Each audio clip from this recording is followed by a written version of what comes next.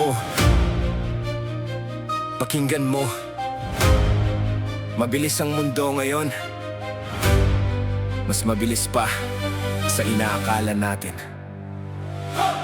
Mundo'y nagbabago, bilis di masukat. Digital na utak, di mo na masabat. AI laging gising, gaway tuloy-tuloy. Sagutin ang tanong, parang tao, pero dumadaloy. Araw-araw mas humuhusay, di napapagod. Trabahong dati milyon, unti-unting nauubos. Customer service, chatbot na ang sagot. Writer, generator, isang pindot. Tapos analyst, algorithm ang tumitingin. Pata ng sinusundan, desisyon ay bilis din. Sa unang beses sa kasaysayan ng mundo, hindi lang lakas pati isip na papalitan ng todo.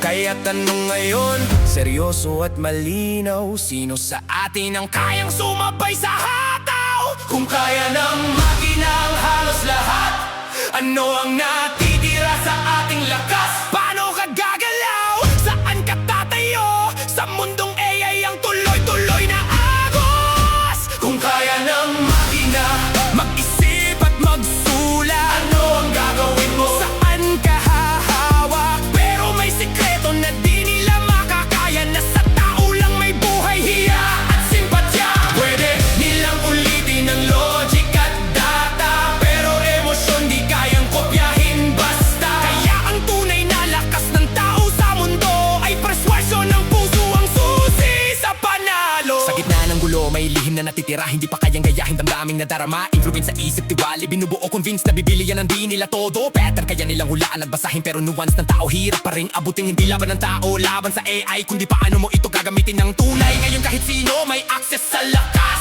Campaign na pang team, kaya mo na mag-isa. Ay di kapalit kundi amplifier ng skill. Pinapalawak ang abot ng dating imposible. Kung kaya ng makina mag-isip at magsulat, ano ang gagawin mo? Saan ka hahawak? Pero may sikreto na di nila makakaya, na sa tao lang may buhay, hiya at simpatya. Pwede nilang ulitin ang logic at data, pero emosyon di kayang kopyahin basta. Kaya ang tunay na lakas ng tao sa mundo ay perswasyon ng puso ang susi sa panalo. Isipin mo, laptop lang at diskarte, gamit ang AI, pero ikaw pa rin ang hari. Marketing na dati, buong team ang galaw, ngayon solo mo na, diretso sa tagumpay, walang sablay. Opportunity di nawawala, nag-iiba lang ng anyo. Lumalaki sa taong marunong sumabay sa galaw ng mundo. Future ay sa marunong mag-connect at magtiwala. Persuasyon at relasyon, niyan ang tunay na sandata. Tech kayang gumawa, i-optimize ang lahat, pero tao pa rin ang magdedesisyon sa bawat pagkakataon at landas. Kayang baguhin ng tech ang mundo, pero tao ang magtatakda ng halaga. Ano ang bibilhin? Ano ang mahalaga? Sa huli, tao pa rin ang may huling salita. Kaya ng makina ang halos lahat, ano ang gagawin mo? Tatayo o babagsak? Handa ka bang matuto o mananatiling takot? Ang tunay na kalaban hindi AI, kundi mindset na nakakulong.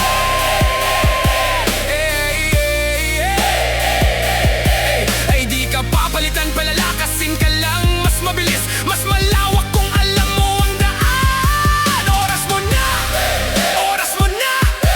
para sumikat, higit sa dati, lampas sa nakaraan mong limit. Handa ka na ba? Hindi dapat katakutan ang pagbabago. Ang dapat katakutan ang manatiling pareho. Ang ayaw matuto, siya ang maiiwan sa lumang paraan at saradong isipan. Pero ikaw, kung handa kang matuto, kung handa kang umangat, wala nang makakapigil sa'yo. AI, kasangkapan lang yan, hindi kalaban. Oras mo na! Maging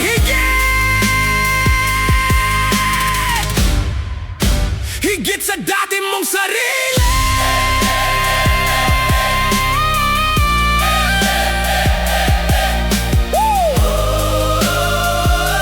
Higit sa dati mong sarili,